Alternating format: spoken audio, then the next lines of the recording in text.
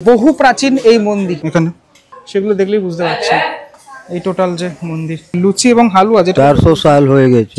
এই মুহূর্তে রয়েছে দশাশ্বমেধ ঘাটের একদম সামনে। বেনারসের দশাশ্বমেধ ঘাট খুব ইম্পর্টেন্ট গুরুত্বপূর্ণ একটি ঘাট, আর তার সামনেই একটা হিডেন জেম বলা যেতে পারে একটি মন্দির, মা শীতলার মন্দির, সেটি আপনাদেরকে দর্শন করাবো।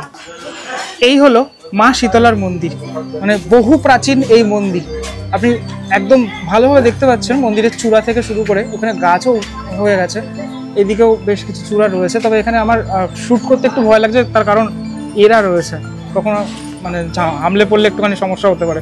সকাল থেকে মানুষজন দর্শন করছেন এবং পুজো দিচ্ছেন এই মন্দিরে।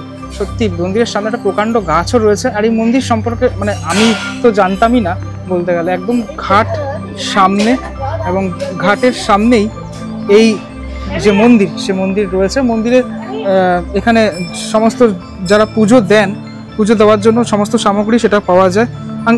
चाचा जी यहाँ पर सब पूजा के सामान मिलता है। आप कब से कब यहाँ पर रहते हो? यहाँ सुबह 4 बजे 5 बजे से हाँ 2 बजे। मंदिर कब खुलता है? मंदिर 4 बजे खुल जाता है। 4 बजे खुल जाता है। और बंद होता है कब? टाइम हो जाता है 12 बजे রাত। আচ্ছা, তো এই হচ্ছে মন্দিরের মোটামুটি খোলার এবং যে বন্ধের সময়টা। আমি ধীরে ধীরে মন্দিরের ভিতরটাতে যাব, আপনাদেরকে দর্শন করাবো মন্দিরের ভিতরটা। অপরূপ সুন্দর মন্দির। আর একটা জিনিস আপনাদেরকে বলি, এখানে যদি আসছেন আপনারা, এই দেওয়ালগুলোতে না অনেক আর্টওয়ার্ক রয়েছে, সেটা খুব ভালো লাগবে আপনাদের দেখতে। তো যাই হোক, মন্দির আমি জুতো খুলে নিয়েছি, এবার দর্শন করব, মায়ের এখানে দর্শন করব। আর্কিটেকচারটা দেখলেই আপনি বুঝতে পারছেন যে কতটা পুরনো। ঠিক আছে, পুরো বিষয়টাই অনেকটা পুরনো। দেখুন এই ভিতরের অংশটাতে প্রবেশ করে গেলাম, এই হচ্ছে ওপরটা। হ্যাঁ, এরা তো এদিকে ওদিকে সব জায়গায় রয়েছে। তো যাই হোক, এই পুরো ব্যাপারটা ক্ষয়ে গেছে, খানিকটা ক্ষয়ে গেছে হয়তো। নন্দী মহারাজ রয়েছেন ওদিকে, হ্যাঁ, যারা পূজা দিচ্ছেন তারা তো রয়েছেন এদিকে। এখানে ঠাকুর রয়েছে, ঠাকুর পূজিতা হন এখানে নিয়মিত। মন্দিরের এদিকে ওদিকে বিভিন্ন শিবলিঙ্গ রয়েছে, সেখানেও পূজা অর্চনা চলছে। মানে পুরো টোটাল মন্দির জুড়ে একটা যেন আলাদা অনুভূতি, সেই অনুভূতি আমি লক্ষ্য করছি। দেখুন, ভালো করে দর্শন করুন। এখানে এই যে খাম্বা জিনিস, মানে ব্যাপারগুলো, খাম্বাগুলো, স্তম্ভগুলো, সেগুলো দেখলেই বুঝতে পারছি। এখানে একটা এরকম ঘন্টা ছিল, মেবি ঘন্টাটা এখন মনে হয় নেই। দর্শন করাই আপনাদেরকে। দেখুন ঠাকুর এখানে রয়েছেন। আর একটা খুব ইন্টারেস্টিং ফ্যাক্ট বলি, সেটা হচ্ছে এই মন্দিরে যারা আসেন, যারা ভক্তরা আসেন, তারা লুচি আর হালুয়া দিয়ে যান। দেখাই আপনাদেরকে, দেখুন প্রসাদ হিসাবে তারা লুচি হালুয়া দিয়ে যান। এই জিনিসটা আমিও প্রথমবার জানলাম এবং একটা অভূতপূর্ব ফিলিংস সেটা কিন্তু আমার হচ্ছে এখানে এসে। ভিতরের অংশটারও ঠাকুর রয়েছে। মন্দির একদম সংলগ্নই এলাকাতেই রয়েছে।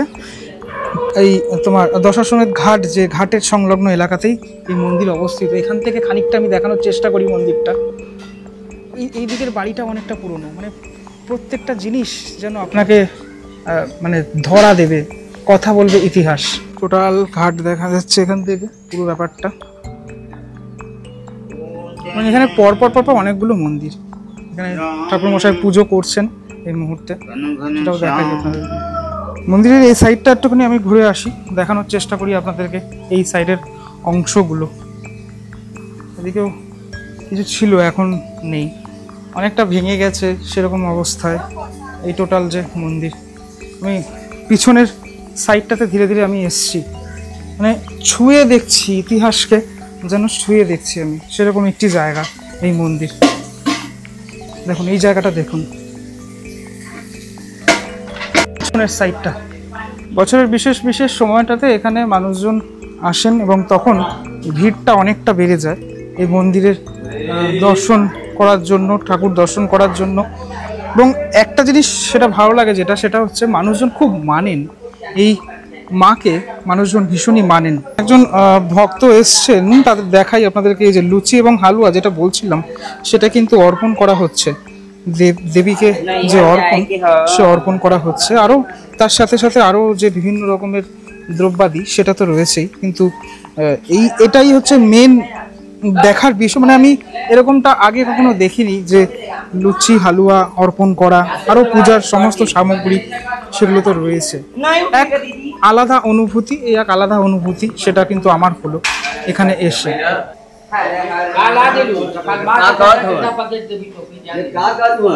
আপনারা যদি বেনারস আসছেন তাহলে অবশ্যই এই মন্দিরের দর্শন অবশ্যই করবেন, তার কারণ এই মানে এত শীতলা মাতা মন্দির, এত পুরনো একটি মন্দির দর্শন করা অবশ্যই দরকার সবার। একজন লোকালের সাথে কথা বললাম, এই কাকু বললেন যে মন্দিরটা নিচে ছিল অ্যাকচুয়ালি।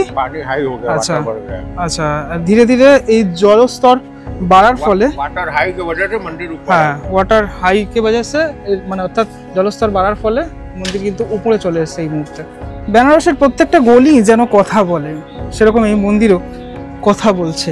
অনেক প্রাচীন ইতিহাস জড়িয়ে রয়েছে এই মন্দিরের সাথে। 400 সাল হয়ে গেছে। 400 সাল। হ্যাঁ, আহল্যাবাই মহারানী ইন্দোর রানীর ছিলেন। হ্যাঁ, ওনার এইসব মন্দিরগুলো বানালো। এখানে কখন কখন পুজোটা হয় মানে হ্যাঁ, প্রত্যেক দিন। শীতলা পুজোর সময় কি এক্সট্রা? হ্যাঁ, এক্সট্রা হবে। তখন ভিড় হয় অনেক। হ্যাঁ, অষ্টমী আর নবমী।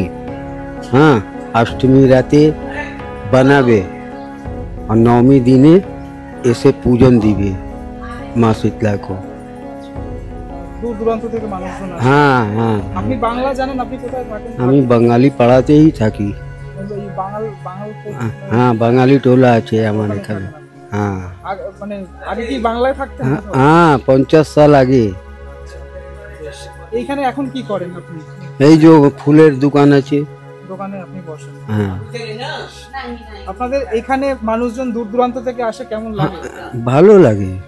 আমার মেহমান বনে আসে ওর খাতির করবার জন্য।